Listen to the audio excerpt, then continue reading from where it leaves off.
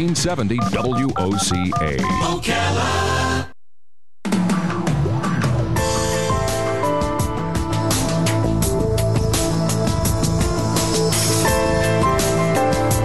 All right, 6 minutes after 11 o'clock. Thank you for tuning in this morning. Tonight, the President of the United States will give the State of the Union address, and some of the things he will be talking about are expected to be ways that the government is hoping to fix, I guess, some of the financial issues that some of America is having. And one of the things that we don't have on my list of things he's going to talk about are ways to help you in healthcare and pharmaceuticals, etc. Although, who knows what he's going to talk about for real. Mark Merritt is on the phone. He's the president and CEO of Pharmaceutical Care Management Association.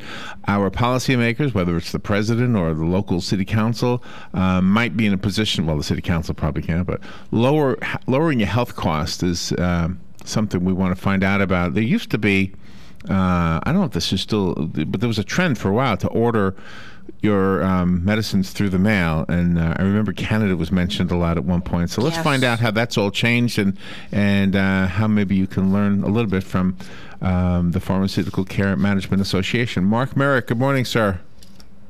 Good morning. Where are you right now? Where are you calling from? I'm calling from Washington, D.C., and I run PCMA, which is a group that is always on the lookout for how to save money on prescription drugs, because the companies we represent are the ones who negotiate discounts with the drug companies and promote generics and mail service pharmacy and other ways to save money. Oh, okay. And are they all in the United States? They're all in the United States.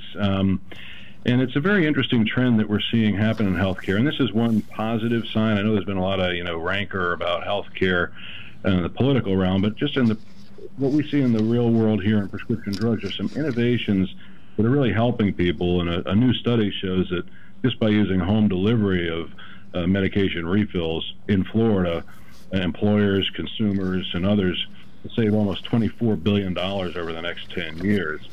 Challenge is, though, there's only about 20% of the folks who are using home delivery because they don't know how to access it.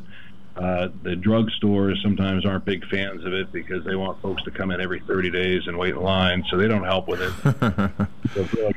People have really got to talk to their employer or turn over their insurance card and call the pharmacy number or look at their Medicare plan and see if home delivery is an option for them. This is advocate for themselves. Just off the top of my head, this sounds like a good idea, and let me explain why I say that. My mom has passed away, but when she was alive, after my father died, there was a 4-year period, and I would be the one who would go over there, and I could only go over there really on Sundays, sometimes Saturdays and Fridays. But my point is, we'd go to the pharmacy, and you can't get your medicine yet. You have to wait till Tuesday or Wednesday. They would have their rules, and we can't come on Tuesday, Wednesday. My son won't be here, meaning me. So it would have been perfect if we could have had it delivered. Boy, I mean, that story is millions of people could have different variations of that same story. With seniors or with a single mom who just can't go to the drugstore every month and wait in line for drugs you've been taking for years. And home delivery is great because not only do you save money on the copays, you get 3 months worth of the pills. So you get 3 months worth of the pills, maybe pay 2 months worth of the copays and save some money there, but then get them delivered right to your door, and that saves time, saves gas, saves waiting in lines. Most importantly, are they delivered by mail? I don't mean to interrupt. I apologize for that. But anyway, or does the drugstore deliver them, or does the mailman deliver them? Well, the way it works is you have drugstores as one way to deliver them, but think about the companies we represent, the pharmacy benefits managers who manage all the pharmacy benefit. We're kind of like Amazon.com, much more consumer-friendly in the sense that people who don't want to go to the drugstore once a month, who have been stabilized on a drug for several months, and their doctor thinks it's safe to just take refills for the rest of the time that they're around, basically.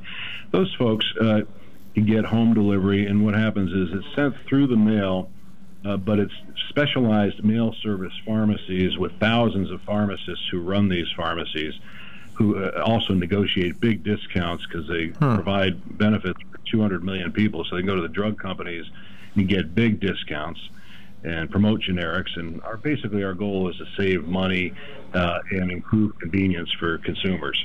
Well, will the doctor's offices themselves then call in the prescriptions or fax in the prescriptions to the companies that you would like to use to mail your prescriptions to you?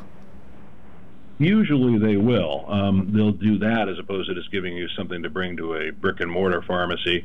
But if they don't, there are papers that you can fill out and send in with your prescription. But even if you have to go to the trouble of mailing one in, you don't have to do it anymore, because after 90 days, the pharmacist at the mail service pharmacy will work with your doctor to make sure refills keep coming if the doctors think it's appropriate for you. And do more people use generics now than before, or is that still a taboo for some people? More and more people use generics, and we're probably the biggest promoter of generics that there are in the country, because it's the easiest way to generate savings. And I think what we're finding in the prescription drug space is everybody always talks about the price of the drug, but there are a lot of other factors, ways to save money on drugs just by how they're delivered. There's a lot of costs that go into getting a drug to a pharmacy who may buy them in a small quantity at a higher price, sell them at an even higher price with an additional pharmacy dispensing fee. A lot of that can be eliminated for long-term refills. I'm talking about cholesterol medications, high blood pressure, diabetes, and so forth. Now, for pharmacies, though, you really need to go to your local pharmacy for the first fill or 2 or 3 of just about any medication, and make sure that you're stabilized on it. And certainly for kids who have problems, like who need antibiotics because of an injury, or short-term things like if you have a fever or flu, that's the stuff you go to the pharmacy for. But for the long-term stuff, mail really works. The information that was sent to us so we could prepare for this conversation, Mark, included some specialty pharmacies in Florida information. So do we have some specific, is there something about Florida that we need to know about? No, there are just some of the specialty pharmacies are actually in Florida, but that doesn't really matter to the consumer, because you just call the 800 number. You'll get for the specialty pharmacy. You can work with them directly and get home delivery. Well, those specialty. I was just going to say that's really good news. I mean, I'm not in that position right now, but I remember when my mom was alive, it was very weird. Not weird, but difficult. I couldn't get over on a Wednesday, for example. And I'm guessing, like you pointed out, a lot of people have that same story or something similar. They have that story, and for those who want to go to the pharmacy and like going there every month, they should just do that instead of home delivery. But there are a lot of folks who just don't have time to do it.